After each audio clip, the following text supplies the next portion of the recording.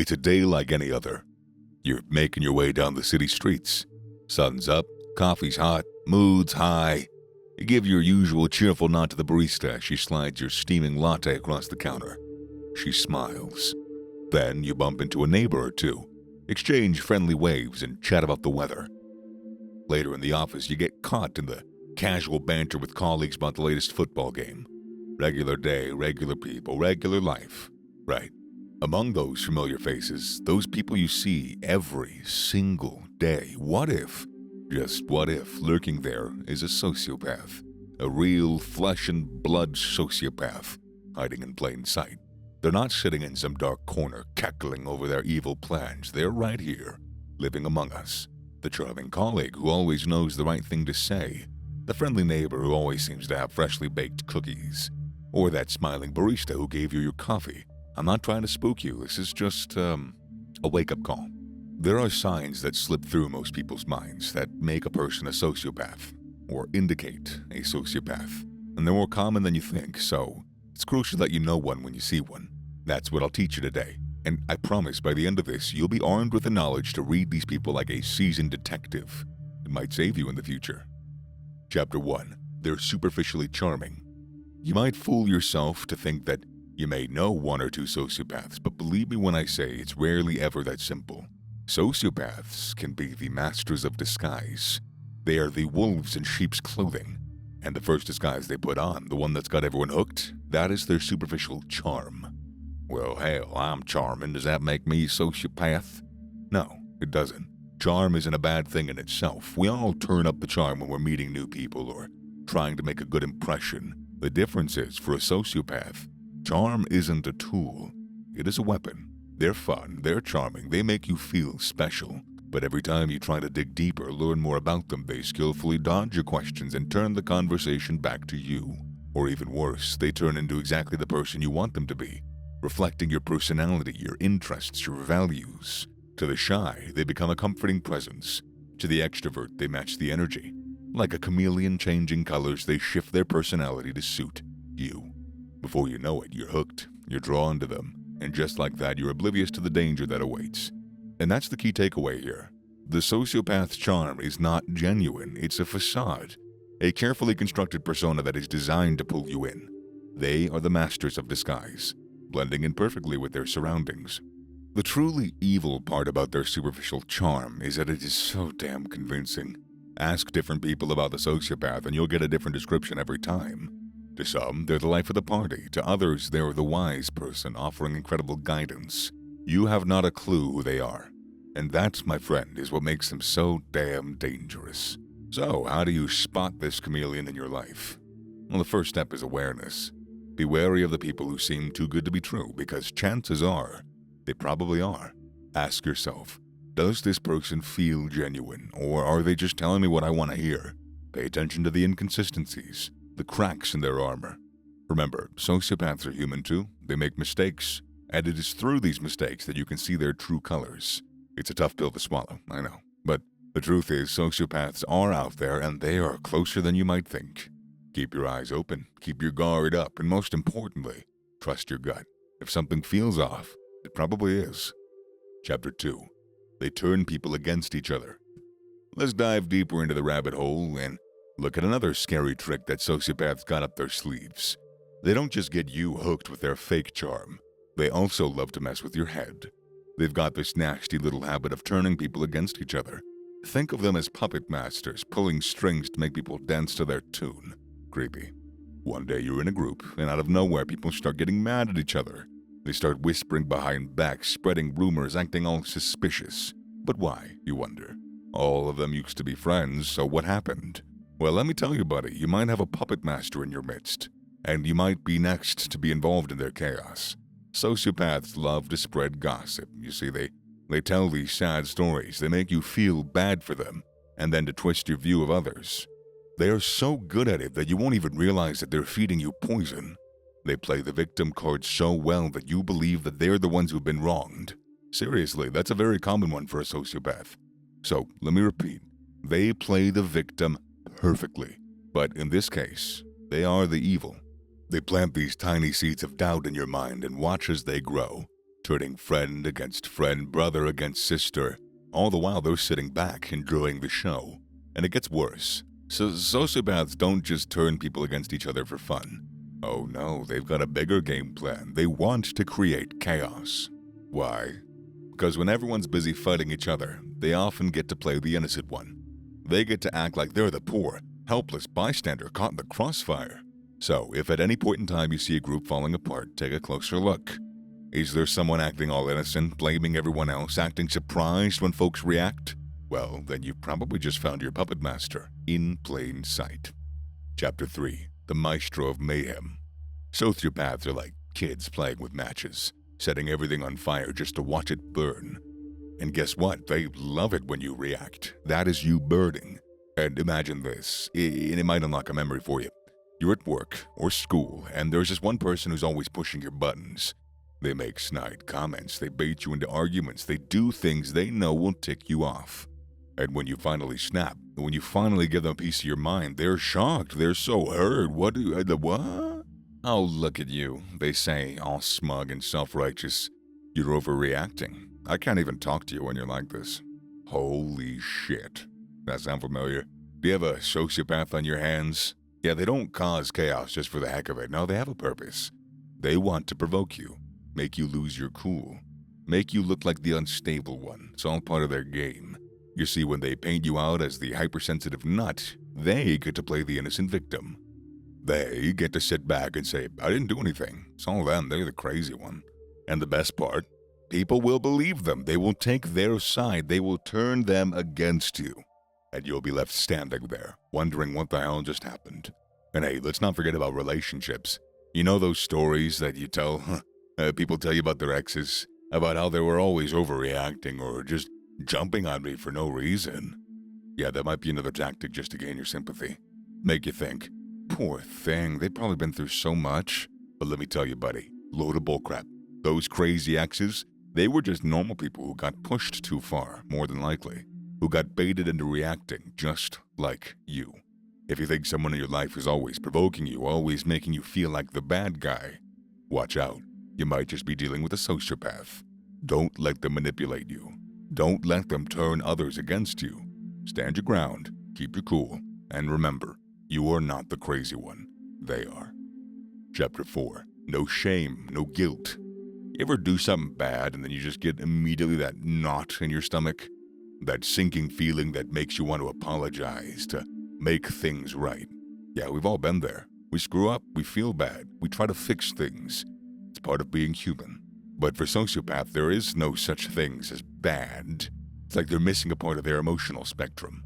They can hurt you, lie to you, cheat on you, and they won't lose a minute of sleep over it. There's no guilt, no remorse, no sense of shame. If you're expecting an apology from a sociopath, let me tell you straight up, you're only going to get one if it serves them. Maybe they need something from you, maybe they're trying to save face in front of others, but genuine remorse? Nah, not in their playbook. Chapter 5. The Web of Deception. Now let's talk about lying. For most people, lying isn't particularly comfortable. It's something to avoid, in fact. Or they're just terrible at it. But for a sociopath, it's just like breathing. They lie so often and so effortlessly that sometimes I don't think they even know what the truth is anymore. The craziest part? Sometimes they'll tell a lie when the truth would have made a better story. It's like they're so used to spinning tales, so addicted to the thrill of deception that they just can't help themselves. If you call them out on a lie, get ready for backlash. They'll turn things around, make it seem like you're the one who's paranoid and suspicious. Gaslighting 101. In a terrifying scenario where you might find or have found yourself dating a sociopath, in 95% of the cases, the other involved will not even be aware that they're dealing with one. They are so good at making you seem like you're the bad guy, like they're this giant, they're this saint, making you doubt yourself. You might think you're overreactive, overprotective, overanalyzing. One day you might get into an argument because of something that they did. Then, as the two of you are throwing rationalizations at each other, they just twist the narrative perfectly, seamlessly. You get caught so off guard, especially when it's in the heat of the moment. They might even burst into tears. Looking back at the charade, you think, wow, I can't believe I fell for it. But in the moment of being caught by their spell, they seem real. And you have no escape but to fall onto their blade, and you will bleed. Was it really a lie? You'll wonder. Maybe I did get it wrong. Maybe I am just seeing things. But trust me, it was a lie. If there's one thing that you can be sure of with a sociopath, it is that they can lie as easy as they breathe. Do not let them mess with your head. Trust your instincts and keep your guard up. Chapter 6, Master of Doubt. You meet someone. They're perfect. At least on the surface, they're charming, they're friendly, they're caring, they're understanding. It's like they're the person you've been waiting for your entire life. But as time passes, things start to change. They're not so perfect anymore. In fact, they're far from it. You notice inconsistencies, lies, manipulations, but the moment that you confront them, the tables are turned. Suddenly, you're the one being blamed. You're the one with the issues. You're the one who's wrong. Despite your better judgment, despite everything your rational mind is screaming at you, you start doubting yourself. That is their trick, their weapon. They make you question your own sanity so that they can continue their toxic behavior without being questioned. Chapter 7. They change allegiances. Sociopaths, like I said, are chameleons in every sense of the word, except the fact that they're not literally lizards. They change colors based on environment, and they're also quick to change allegiances as long as it serves their purpose. The moment they feel like you're no longer useful to them, they will drop you without any guilt or remorse. Remember that instant connection you felt when you first met them? That inexplicable trust that made you share your secrets with them? Yeah, you weren't alone. They made everyone feel like that. But that connection, that trust, is as non-existent as their loyalty. It only lasts as long as you're useful to them. They are leaving a trail of destruction, always blaming the victim, never taking responsibility. There isn't any genuine attachment or loyalty in their world, and that's just hard to imagine. Chapter 8. The Thirst for Victory. In the world of a sociopath, it's all about winning, power, and money. They thrive on success, control, wealth, even if it comes at the expense of others. Their understanding of morality and ethics is warped, bending and twisting to serve their self-interest. To them, life is a game. It's not about building relationships, not about improving society or nurturing a sense of community. It's all about winning, and they don't care who they have to step on their way to the top. A sociopath views power, money, and control not only as goals, but as tools. Tools they can use to manipulate and control others. The end justifies the means. And there is no line that they won't cross if they think it'll help them win. It's not always just about personal gain. Sometimes, some men just want to watch the world burn, for the sake of it, because they can. It gives them a thrill, a sense of control that feeds their ego. They toy with people's lives like cat and mouse, not out of need, but out of a perverse pleasure. Take Amy Dunn from Gone Girl. She constructs an elaborate manipulative scheme to victimize the men in her life. It's not about justice, it's not about protecting herself. It's about power, control, and ultimately, winning. Chapter 9. The Absence of Empathy and Conscience. This one ties into the earlier point, but when you or I do something wrong, we feel it. That's that guilt I was talking about earlier, that shame, that voice that says, "Why did you do that, you awful piece of garbage?" We have empathy for those that we've hurt, and our conscience nudges us towards making up for it. Now again, a sociopath doesn't feel those things. It's not that they choose to ignore the guilt or the empathy, they just don't have it. When they hurt someone, they don't feel bad about it. They don't lose sleep over the damage that they've caused. They're more likely to be upset that their actions might have consequences for them, not for the harm that they've inflicted on others. In a fit of anger or hurt, we might think, "I could just kill him," but that's as far as it goes. We would never act on it. We understand the consequences, both for that person and for us. But a sociopath, they might just do it. There is no conscience stopping them from acting on their darkest impulses, no empathy for the person who would suffer. The only thing holding them back is the fear of getting caught. Chapter 10. They can't control themselves. Sociopaths have a hard time controlling themselves. They often act on their impulses without thinking about the consequences. Most people consider the future and try to make good choices, but sociopaths don't seem to care about that. They do what they want, when they want, without considering how it might affect others or them even later on. The lack of control also shows up in their relationships. They might jump from one casual fling to another, never forming deep connections. For them, it's all about the excitement and the immediate satisfaction, not about building something meaningful. Sociopaths tend to engage in risky behaviors. They don't think about the dangers or the potential negative outcomes. Instead, they focus on the thrill or the pleasure that they can get from the moment. which leads them to make reckless choices that most people wouldn't even consider. Chapter 11. They think they're better than everyone. Sociopaths almost always have an inflated sense of self, basically one hell of an ego. They believe that they're superior to others and that they're always right. They don't see their own flaws, their own mistakes. Instead, they tend to blame everyone else for any problems or failures. These people constantly seek admiration and validation from others. They want people to think highly of them and to praise their achievements. However, they cannot handle criticism, even if it's constructive feedback meant to help them improve. They perceive it as a personal attack. Their ego is so fragile that any criticism triggers anger and a desire for revenge. Yep, give feedback to them and they might try to destroy you for it.